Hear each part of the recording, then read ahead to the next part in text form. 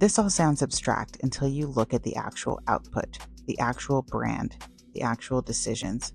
So let's do that. Start with the font. This exaggerated faux calligraphic style that is meant to read as elegant and personal and artisanal, it doesn't land the way it's intended. It lands as overly precious, overworked, like something trying very hard to signal refinement instead of actually possessing it. And maybe a little hostile. There's that recurring flourish that looks suspiciously like the Grim Reaper's scythe, which is not exactly the association you want for a lifestyle brand. And that distinction matters. In this category, effort is supposed to disappear. The more visible the effort, the less convincing the result. Here, the effort is visible everywhere. It's try hard.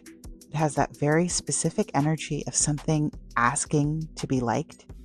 And this is a theme that's often repeated across Meghan's brands, even if it's not what she consciously intends. Then you get into the product itself. Milk chocolate with shortbread cookies and bee pollen. Bee pollen? Is this chocolate or a health supplement? Edible flowers, ostensibly for food decoration. These combinations don't read as intuitive or indulgent. They read as assembled and a little bit confused, which mirrors the larger brand problem almost too perfectly. Like, someone started with the idea of what looks elevated and worked backward from there. That creates distance, not a sense of authenticity or relatability, despite the endless pontifications that those ideas are actually what the brands are all about. Weirdly, her branding is actually so inauthentic as to circle back around to authenticity by accident, because that actually does reflect her. What it doesn't actually touch is the relatability that's being claimed, or even a fantasy that anyone asked for. Good lifestyle branding doesn't feel like it's performing taste. It assumes it. Then there's the packaging. Visually, it signals premium. Soft neutrals, clean presentation, controlled restraint, the whole old money beige trend. Fine.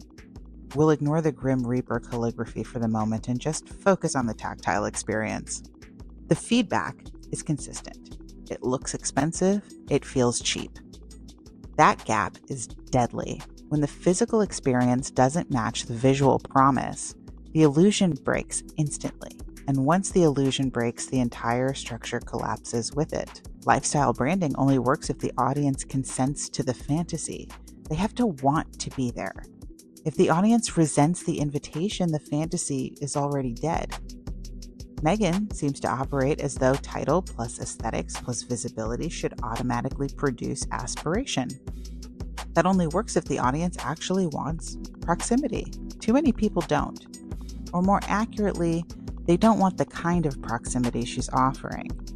The moment she appears, the audience brings context, years of it, press saturation, family conflict, public grievance, over-explanation, image management, contradictions, the sense that everything is being staged several layers deep for reputational purposes. So when she shows up with the edible flowers and the carefully packaged domestic world, the reaction is not, "I want that." It's, "Why are you trying to sell me this?" That reaction kills the entire brand.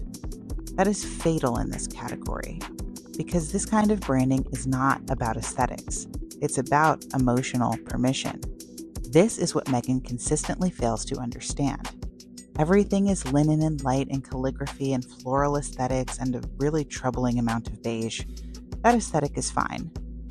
But she makes the mistake of believing that if she rehashes her personal truth in another podcast interview, another magazine feature, another tell-all, that she will finally be given the emotional permission to bring us into her lifestyle fantasy. She seemingly does not want to accept that the public has already heard all this and decided what they think.